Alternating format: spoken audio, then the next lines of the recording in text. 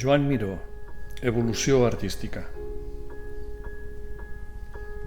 Miró va néixer al si d'una família de tradició artesana, una típica representant de la classe mitjana catalana, originada a la petita burgesia agrària catalana enriquida des de 1875, a l'anomenada Segona Revolució Industrial, i convertida en propietaris rendistes gràcies al fet que molts dels seus membres havien establert negocis a Barcelona i havien prosperat però sense perdre les arrels camperoles. La formació ideològica de Miró es correspon amb la ideologia d'aquesta classe mitjana catalana, una barreja d'idees conflictiva entre el catalanisme i l'espanyolisme, entre la república i la monarquia, entre el laïcisme i el catolicisme, entre el progressisme i el conservadorisme. És el reflex d'una societat i una economia que viuen un temps de vaivens històrics i socials profunds de gran prosperitat, encara que marcada per diverses crisis com les de 1898, 1909 i 1917. Una situació política en què les forces polítiques catalanes es decanten i disgreguen el socaire de les grans línies ideològiques del nacionalisme català, la conservadora i la progressista, la clapradora pressió ideològica del catolicisme català, predominantment conservador, i el triomf dels valors culturals de la Renaixença catalana. Com a fruit d'aquesta classe social, Miró va viure les seves contradiccions i la seva ideologia va patir dubtes i crisis, i encara que el catalanisme, tant ideològic com temàtic, estarà sempre present a la seva obra. Malgrat tot, hi haurà la influència moderadora de les cultures castellana i francesa, especialment als camps de la poesia i l'art. En allò religiós, el Miró juvenil era un catòlic fervorós per influència de la seva educació, la seva família i la majoria dels seus companys. Entre els anys 1900 i 1907 passa una etapa de formació general relativament pobra. Ja té consciència de la seva vocació d'artista, però la seva família no dona suport als seus desitjos i l'obliga a fer estudis de comptable de comerç, encara que també inicia la formació artística a l'Escola de Belles Arts de la Llotja de Barcelona. En 1911 s'ajunten la seva vocació d'artista, el seu fracàs laboral, una millora de la situació del mercat de l'art, una malaltia i la convalescència a Mont-roig del Camp per convèncer la seva família que s'ha de dedicar exclusivament a l'art. Miró es concentrarà en millorar la formació artística i els primers intents artístics de qualitat. Des del 1912 al 1915 estudia en profit a l'Acadèmia Galí. Francesc Galí és un veritable apòstol del noucentisme, l'esperit del qual absorbirà entrant en una fase de modernitat en què predominarà l'obra fauvista des del 1915 al 1917. Fauvisme, 1915-1917. El granger, també conegut com el agricultor, és el primer llenç que Joan Miró exhibeix. En aquest es deixa veure la profunda influència que el fauvisme va exercir en els seus anys de formació. Maldestres brotxades de color, vibrants però alhora difuses, construeixen una figura apenes suggerida al llenç. El color és, sens dubte, el protagonista del llenç, on el dibuix ha quedat eclipsat per l'expressió primària. Freqüenta entre 1913 i 1918 l'Acadèmia del Cercle Artístic de Sant Lluc, una institució catalanista i catòlica inspirada per Josep Torres, bisbe de Vic, en què participaven els artistes catòlics més famosos, com els germans Llimona, Baixeres, Hoyos i Gaudí. La institució acceptava una estètica eclèctica, modernisme simbolista, noucentisme. En ella comença la seva amistat amb Ricard, Ràfols, Prats, Artigas, Gasch i coneix a Gaudí.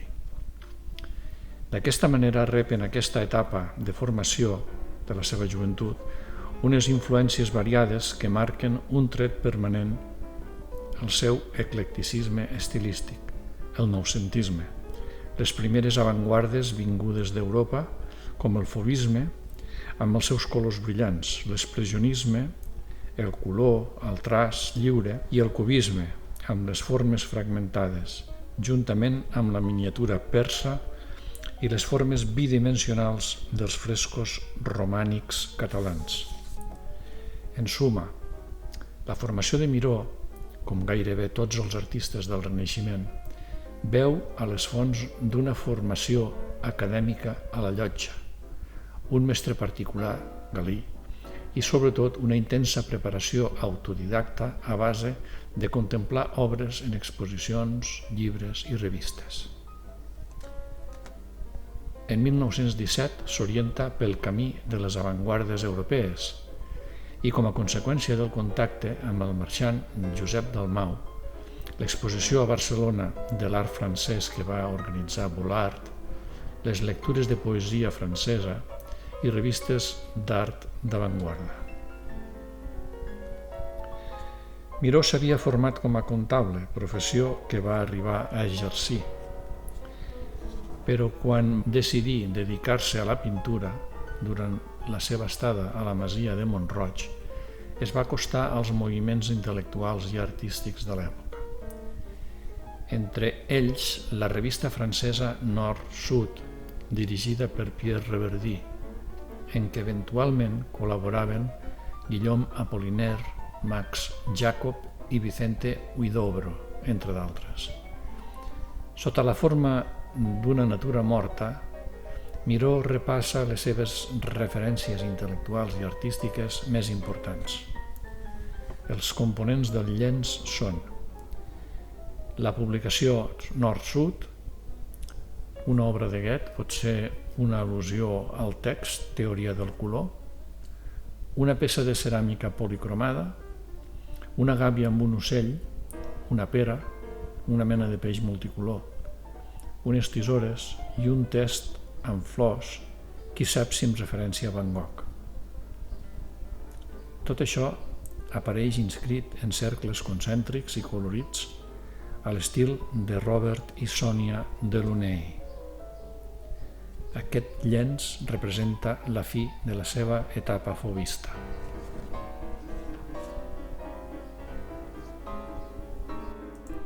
Realisme detallista, 1917-1919. La seva obra comença una síntesi espontània i lliure entre la descomposició cubista de la forma i la llibertat fauvista del color.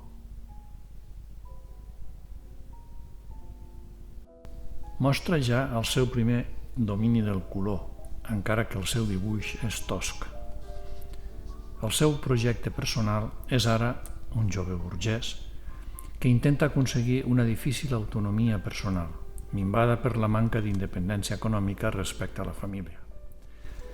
D'ideologia conservadora i catòlica, de moralitat gairebé integrista, que guarda escasses simpaties per la causa revolucionària obrera, però que manifesta ja certes vetes progressistes, com ho demostra que sigui francòfil durant la Primera Guerra Mundial i algunes amistats anarquitzants cap a 1917. El 1918 celebra la seva primera exposició individual amb un complet fracàs de vendes a les galeries del Mau. Poc després, participa a la breu agrupació Courbet als anys 1918 i 19, que enquadra joves artistes catòlics conservadors amb els quals celebrarà 3 exposicions col·lectives. Tot això li fa replantejar el seu estil en una fase molt eclèctica, del 1918 al 19, de diàleg versus reacció amb l'avantguarda, plasmat en un realisme detallista volcat cap a la tradició catalana amb un pes més gran de la influència d'estils preavantguardistes, romànic, gòtic, primitiu, així com una visió cada cop més personal i mediterrània de la naturalesa. Una pintura minuciosa, cal·ligràfica i miniaturista, figurativa, plana, amb influències cubistes i futuristes, de vegades d'un expressionisme arrabassat. Amb una tendència per la qual l'anàlisi dels conjunts visuals porta a la concreció de cada objecte com un ens separat, purificat, fet més típic i intens com un signe. Va millorant el domini del dibuix. Els temes són quotidians, paisatgístics, familiars, d'un gust naïf. Els anys a Mont-roig comencen a transformar l'obra de Miró cada cop més atent al paisatge. Per una banda, manté viva la preocupació pel color expressiu i per l'altra apareixen els senyals d'una influència cubista. La síntesi geomètrica es combina amb el detallisme natural de les plantes. En aquest llenç, Miró s'aproxima més al cubisme i presenta una relectura d'un tema comú a la història de l'art, Venus amb el mirall. Si bé aquesta vegada no es tracta de la deessa, sinó d'una dona comuna.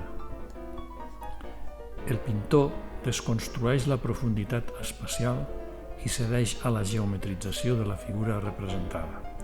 La riquesa decorativa dels teixits contrasta amb el tractament gairebé pla de les altres superfícies, cosa que una vegada més dificulta la absoluta classificació de la peça dins d'un únic estil. El seu projecte vital és triomfar com a artista a Barcelona. Però fracassa. L'obra d'aquests anys, encara que molt moderna en diversos aspectes, fauvisme, Cézanne, cubisme, futurisme, llisca encara per carrils conservadors propis de l'ús noucentista, ja que el seu ideal és fondre l'art mediterrani amb l'avantguardisme del seu admirat París. Sembla que Miró vol triomfar al mercat barceloní, amb un art atent als gustos noucentistes d'aquest, però la seva moderació serà insuficient, perquè malgrat ser un estil perceptiblement català a les seves arrels, és en canvi massa modern en les seves aspiracions, cosa que el portarà a ser aïllat per la crítica i el públic. Davant del fracàs, en lloc de rendir-se, es radicalitzarà. Només la sortida a l'estranger és una porta oberta a l'esperança. Quan marxa a París el 1920, Miró és un jove artista de 27 anys acabats de fer, dominador d'una tècnica assentada, encara que millorable, inquiet i obert davant de tota innovació. Els anys de formació a Barcelona, malgrat totes les desil·lusions, han estat un pedestal excel·lent per a impulsar-se per a la revolució que significarà París. Com dirà sempre, les dificultats m'han endurit. Dadaisme, cubisme i purisme, 1920-1923. El març de 1920, després de llargs preparatius, viatja a París on se submergeix a l'avantguàrdia europea. Contacta amb el grup Dada i coneix Picasso, Reynal, Max Jacob, Reverdy, Zara. L'objectiu és revolucionar el llenguatge de l'art. La seva aposta serà absoluta, el camí duríssim, el triomf llunyà. El viatge a París, al març de 1920, no suposarà un tall estilístic immediat, sinó només temporal en la seva producció. Miró, després de baixar a Barcelona, a l'infern del fracàs i sense un referent polític català que fos alhora progressista en l'àmbit polític i cultural, es decidirà per un art absolut fet a París. París o mort és el seu lema. però trigarà encara un temps a evolucionar estilísticament, a madurar el seu estil en contacte amb el dadaisme, el cubisme i el purisme. Des de 1921 marxa cada hivern a París, en què realitza aquest any la seva segona exposició individual, un altre fracàs de vendes, organitzada per Dalmau i presentada per Maurice Raynal. Aquest és potser un dels quadres més coneguts de l'autor. Pertany a l'etapa en què Miró va explorar el cubisme. El pintor va fer un ús realista d'elements com el gall, el peix i el conill. La resta pateixen les transformacions pròpies del cubisme, supressió de la profunditat, perspectiva i la geometrització. El detallisme, no obstant, no desapareix. La Masia és un llenç que Miró va començar a pintar a Mont-roig i va culminar a París. En aquest llenç, el pintor ret homenatge a la seva història familiar i nacional. La Masia, quadre proveït d'un detallisme immens, repassa els elements característics de l'ambient en què Miró va créixer. Aquest quadre, que el pintor considerava clau a la seva obra, va ser venut a l'escriptor nord-americà Ernest Miller Hemingway. Onirisme esquemàtic, 1923-1930. A París, des del 1920 al 1923, durant les seves llargues estades, alternades amb els seus estius a Mont-roig, es relaciona amb les avantguardes a l'actiu grup de la Rue Blomet impulsat per Masson. És a aquest influx que se li deuen la major part dels canvis de la seva estètica en aquesta època, ja que no entra el grup surrealista de Breton fins a principis de 1925. És a l'estiu de 1923 a Mont-roig quan s'opera la més transcendental transformació artística de la vida de Miró, la pintura de la qual assumeix la concepció que ja guardaria en allò essencial per sempre. La seva pintura evoluciona cap a la creació d'un llenguatge propi, l'anomenat onirisme esquemàtic, amb tintes planes i signes esquemàtics i poètics. És un surrealisme abstracte, oposat al posterior surrealisme figuratiu de Dalí. El seu estil canvia de manera transcendent. L'èmfasi passa del realisme a la imaginació, de la representació del món exterior a la penetració al món interior, de la inspiració en la naturalesa al lliurament a la poesia. El realisme detallista i el cubisme són superats per una progressiva senzillesa, una depuració dels elements secundaris. Les obres condueixen a una evasió de la natura com a model immediat, per mostrar les espurnes d'or de l'ànima. L'artista s'introspecciona i madura un llenguatge pictòric que abandona la figuració fantàstica per entrar de ple a la pintura del son. Les al·lucinacions autoinduïdes i el treball sense treva el porten a superar el límit entre allò ordinari i allò imaginari. Miró es basa aleshores en el mètode de l'automatisme psíquic, l'anul·lació de la consciència perquè brolli la inconsciència, i vol un art tan directe i pur com la poesia surrealista. No contempla el paisatge amb idees preconcebudes, sinó que deixa que el paisatge arribi al pintor i el transformi. Crea ara un univers pictòric nou, amb símbols que repetirà sempre, estrelles, coloms, sexes oberts, de formes i colors en moviment, traspuant llibertat i alegria. Miró arrenca de la memòria, de la fantasia i de l'irracional per crear obres que són transposicions visuals de la poesia surrealista. Hi abunden els quadres poema, amb una associació literària a poetes surrealistes. La poesia serà sempre una de les seves grans passions, destacant els francesos Jarry, Rimbaud, Baudelaire i Apollinaire, els poetes catalans i els místics castellans. París, personalment, és una època de creixement i maduresa en la independència. El seu pare mor en 1926. Es casa amb Pilar Juncosa a 1929 i neix la seva filla Maria Dolors a 1930. Viu alternant llargues estades a París, Barcelona i Mont-roig i es converteix en un cosmopolita.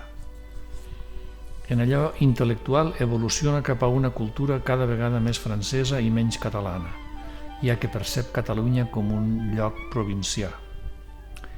En el professional aconsegueix el reconeixement del públic i de la crítica i fins i tot un breu èxit comercial a finals dels anys 20, abans que arribi la crisi econòmica internacional dels anys 30. En l'ideològic és un home ple de contradiccions, doncs pateix una profunda divisió de la seva consciència, lluitant entre les seves idees conservadores i catòliques, sòlidament assentades en la seva joventut, i la fascinant influència del món laic i ateu de la gran cultura en què es desenvolupa gairebé tota la vida des de 1920.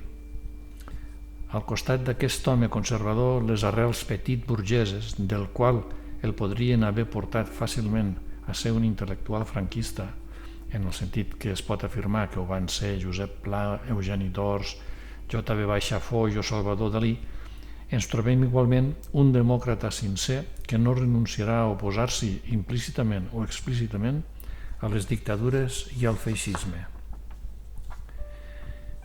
La Terra llaurada és un llenç que representa un canvi d'estil a l'obra de Miró. D'una banda, sintetitza els esforços anteriors. Per altra banda, és un punt de partida per a una proposta original que farà de Miró un dels artistes més creatius del seu temps. Està basat en un dibuix del Bosco titulat El camp té ulls, el bosc té orelles. El llenç es carrega d'elements onírics, un arbre amb ull i orella que conviuen alhora amb elements com la masia, deformats o fusionats amb altres elements. Miró s'aproxima al surrealisme. Aquest llenç també el va començar a Mont-roig i el va acabar a París. A Paisatge català podem veure tant la síntesi gràfica dels elements com el joc de l'inconscient i del món oníric. Miró permet l'entrada oberta de l'automatisme surrealista. Dues masses de color disposades horitzontalment representen cel i terra del lloc d'origen, Catalunya. El mar també s'al·ludeix per mitjà de signes gràfics a la dreta del llenç. Miró desplega una sèrie d'elements del seu entorn, tocats pel món perceptiu. Elements figuratius, geomètrics, altres esquemàtics, línies, punts, signes. A l'escena es distingeix un pagès català o caçador que Miró ha sintetitzat en els seus atributs, una pipa i una barretina, acompanyats d'un ull i una orella i una mena de barba que penja de la base triangular que emmarca el rostre imaginari. El cos és apenes una línia vertical. A la base del quadre, juntament amb l'expressió sard, sardina, Miró ha representat una sardina en al·lusió a la tradició d'enterrament de la sardina que anuncia la fi del Carnestoltes. Miró ja ha entrat en un autèntic surrealisme. Per aquesta obra es lliura totalment al programa surrealista que tenia al cap. Va dir en alguna ocasió haver-se sotmès a grans períodes de gana per fer servir les al·lucinacions produïdes per la inanició. Tot i així, l'obra va ser el resultat d'un meticulós procés de reflexió artística i no mer automatisme. L'escena és protagonitzada per un ésser autòmat que toca la guitarra. Amb ell apareixen un arlequí amb bigotis i múltiples figures i signes aparentment inconnexos, però relacionats simbòlicament. Les composicions d'aquestes obres s'organitzen sobre fons neutres plans, camps de color monocrom i estan pintades amb una gamma limitada de colors brillants, especialment blau, vermell, groc, verd i negre. S'hi disposen sobre el llenç com de manera arbitrària siluetes d'amebes amorfes alternant amb línies força accentuades, punt, rínxols o plomes. L'exposició individual de Miró, el 1925 a París, recolzada pels surrealistes, constitueix per fi un èxit sonor i Miró adquireix una fama internacional. Més tard serà considerat com el pintor surrealista més gran, basant-se en una interpretació esbiaixada d'unes paraules de Breton. Miró és probablement el més surrealista de nosaltres, quan en realitat Breton criticava que Miró estudiava massa racionalment la composició de les seves obres. És cert que va fer a la seva vida milers de dibuixos preparatoris, ja que sempre va viure dues pulsions, una pintura d'impuls irracional i immediat en la inspiració i una execució molt elaborada i meditada que podria durar molts anys. És la seva coneguda dicotomia entre un estil espontani i un altre meditat. Inicia la seva experiència al món del teatre amb els decorats amb Max Ernst de Romeo i Julieta el 1926 per als ballets russos. En la política, la influència surrealista es radicalitza una mica. Sense abandonar del tot el seu catalanisme conservador, s'obre a un internacionalisme progressista, encara que s'abstindrà d'un compromís militant, i en 1929 es distanciarà definitivament del grup comunista de Breton, encara que mantindrà una bona relació personal. Comencen uns anys de crisis recurrents en què Miró defensa el seu concepte de l'assassinat de la pintura, una interrogació sobre el sentit dels materials, les fórmules i les finalitats de l'art. Miró, mai prou satisfet del que ha aconseguit, intentarà sempre nous camins artístics.